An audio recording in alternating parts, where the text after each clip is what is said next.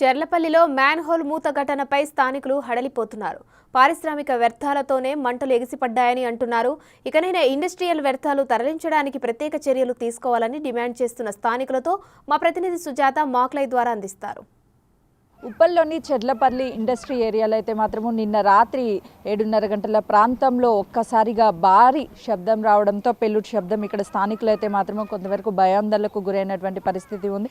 అసలుకి ఏం జరిగింది, ఆ టైంలో ఏంటి అని అడుగుదాం. చెప్పండి, అసలుకి డ్రైనేజ్ పేలడం ఏంటి? మేము రాత్రి డైనింగ్ ఇప్పుడు పేర్లేదు. మేము చాలా రోజులు ఇక్కడ మేము బయట నిలబడ్డాము. ఒకసారి మామూలు పేలినట్టు పేలిందండి. ఆ టైం బండ్లు ఉన్నాయన్నా పేలిపోయేది, అంత గగ్గలు వెళ్ళింది. మేము బయటికి లోపడిపోయాం. ఇల్లు కూడా అదిరింది బాగా. బయటకు వచ్చారు నిప్పులు పొగలు బాగా మంటలు ఎగిరి. ఇక మేము పోయి మంటలకు ఎగిరి ఇంట్రెస్ట్ అప్పుడే పడుకున్నాం.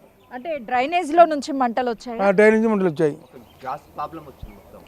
గ్యాస్ వాసన డ్రైనేజ్ మంటలు వచ్చాయి. చెప్పండి, అసలుకి ఏ టైంలో మంటలు వచ్చాయి, ఎక్కడి నుంచి ఎక్కడి వరకు? అక్కడి నుంచి వచ్చింది మొత్తం. అక్కడి నుంచి మొత్తం లీకేజ్ అయింది. ఆడదాకా అక్కడి దాకా పోయినాయి, ఇక్కడి నుంచి ఇక్కడ దాకా పోయినాయి.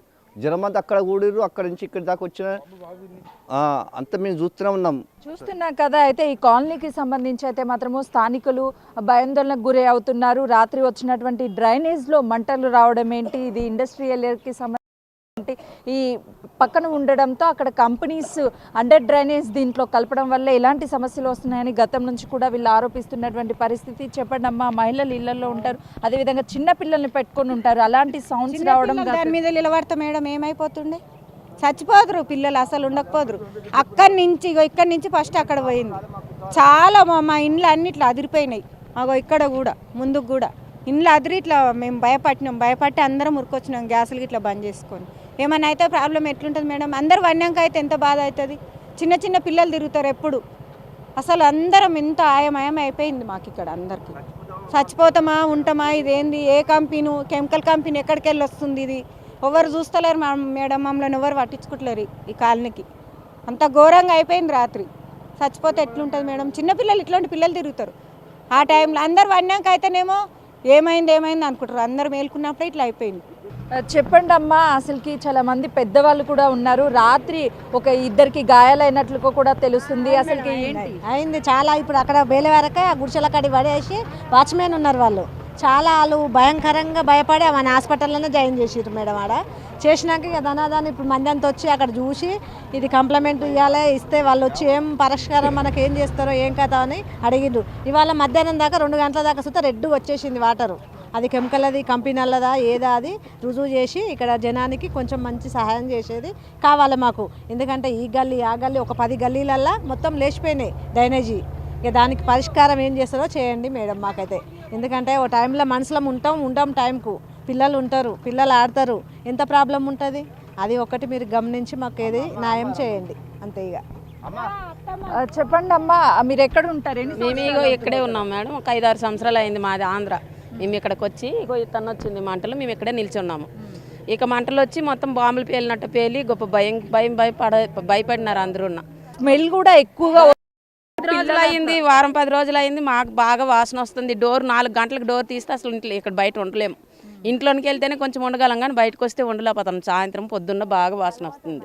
ఇక్కడ ఎన్ని సంవత్సరాల నుంచి ఉంటున్నావమ్మా? 30 ఏళ్ళు నేను ఉండవాటి. ఏంది ఇక్కడ సమస్య ఏంది అసలు? ఇక్కడ 30 ఏళ్ళు 30 ఏళ్ళ సంది ఉన్నామ్మా. ఒక్కటే ఇల్లుండే. ఇప్పుడు ఏరియా అంతా పడ్డది. డేనీసులు వేసిర్రు, లాండే డేనీసులు అని వేసిండ్రు. అక్కడ ఆటు మంట పుట్టి ఇక్కడ వచ్చి ఈడవేలింది, అక్కడ పోయి ఆడవేలింది. రాత్రి అయోమయం అయ్యిండ్రు మంది అంతా. ఎంపీలు వచ్చిర్రు, ఎస్పీలు వచ్చిర్రు. ఎవడేం చేయకపోయా మరి ఆ కంపెనీ మూపిస్తారా, అట్టనే ఉంటుందా, మేము చావాలన్నా. ఇక్కడ మా పిల్లలకు కూడా ఇంట్లోకి వస్తుంది వాసన. మనం చూస్తున్నాం కదా, కనీసం 6గురం కలిసి తీసే ప్రయత్నం చేస్తున్నాము, మనకే సాధ్యం కావడం లేదు. అలాంటిది పైకి ఒక్కసారిగా ఎలా పేలింది అనేది పెద్ద ప్రశ్నగా మారింది. ఇందులో ఉన్నటువంటి కెమికల్ ఏదైతే ఉందో, ఫ్యాక్టరీస్ నుంచి వస్తున్నటువంటి కెమికల్ కారణంగానే బాంబు బ్లాస్ట్ అయినట్టుగా ఒక్కసారిగా కొన్ని బాంబులు పెట్టి డ్రైనేజీని పేల్చినట్లుగా అయితే మాత్రం ఈ డ్రైనేజ్ కప్స్ పైకి రావడంతో స్థానికులు ఉన్నటువంటి వాళ్ళు ఆందోళన వ్యక్తం చేస్తున్నారు. బీఆర్ఎస్ పార్టీకి సంబంధించినటువంటి బండారు లక్ష్మారెడ్డి ఎమ్మెల్యేగా ప్రాతినిధ్యం వహిస్తున్నారు. తను ఇప్పటికైనా అధికారులతో కలిసి ఈ కంపెనీస్ మీద చర్యలు తీసుకోవాలని వాళ్ళు ప్రధానంగా డిమాండ్ చేస్తున్నటువంటి పరిస్థితి ఉంది. కెమెరామ్యాన్ వినోద్తో సుజాత, చెర్లపల్లి.